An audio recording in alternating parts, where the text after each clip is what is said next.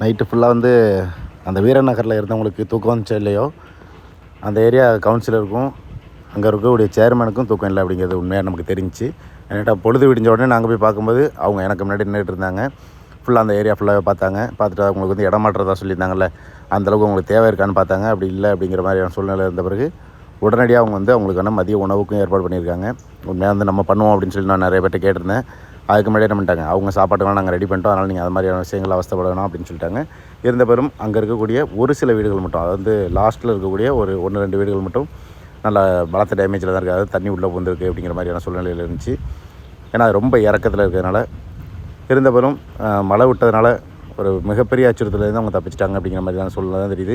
இனிமேல் மழை நீடிக்காமல் இருந்துச்சுன்னா அவங்க அதுலேருந்து மீண்டு வந்துடுவாங்க. அப்படி இல்லைன்னா கண்டிப்பாக அவங்களுக்கு இடம் மாற்றி கொடுத்தே தான் ஆகணும் அப்படிங்கிற மாதிரியான சூழ்நிலையில் வந்து பார்த்துட்டு அவங்க செக் பண்ணிட்டு போயிருக்காங்க.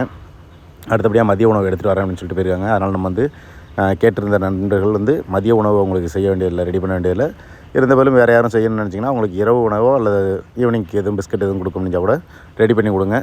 அது உங்களுக்கு சௌகரியமாக இருக்கும் அப்படின்னு நான் நினைக்கிறேன்.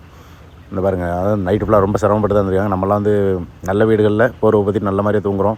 அப்படி இருந்து நமக்கு கூலிங் தாங்க முடியாத நிலையில் இருக்கும். அப்படிங்கும்போது இவங்க இந்த சில நிலையில் இருக்கவங்களுக்கு கண்டிப்பாக கஷ்டமாக இருக்குது. ஏன்னா நிறைய பேர் சொல்லிங்க, அவங்க வந்து அவங்களுக்கு வந்து எப்போதும் கேட்டுகிட்டே தான் இருக்காங்க அப்படிங்கிற மாதிரி போன வாட்டி நம்ம போட்டிருந்த வீடியோவில் கமெண்டில் நிறைய பேர் சொல்லியிருந்தீங்க. அது மட்டும் கிடையாது, அவங்களோட இயல்பான நிலையை நினச்சி பாருங்கள், அவங்க எவ்வளோ கஷ்டத்தில் இருக்காங்கங்கிறது.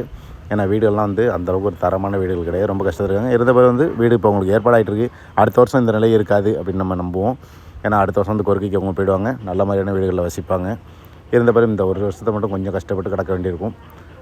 ஓகே, இருந்தாலும் பார்ப்போம். முடிஞ்சவங்க என்ன பண்ணுங்க, அவங்களுக்கு ஹெல்ப் பண்ணணும்னு நினைக்கிறவங்க ஏதோ ஒரு சாப்பாடு சாமான் வாங்கி வந்து கொடுத்தீங்கன்னா அவங்களுக்கு யூஸ்ஃபுல்லாக இருக்கும். அது இல்லாமல் நிறைய பேர் மாலை போட்டுருக்கிறதுனால அவங்களுக்கு என்ன பண்ணுங்கள், கூடிய வரைக்கும் சைவ பொருட்களை கொடுக்கறதுக்கு முயற்சி பண்ணுங்கள். ஏன்னா அசைவங்கிறது நிறைய பேர் மாலை போட்டுருக்கிறதுனால அசைவத்தை விரும்ப மாட்டாங்க. அதனால் அவங்களுக்கு சைவமான பொருட்களை கொடுத்தீங்கன்னா கொஞ்சம் சந்தோஷமாக இருக்கும் அப்படின்னு சொல்லி நிறைவு செய்கிறேன். அஸ்ஸலாமு அலைக்கும்.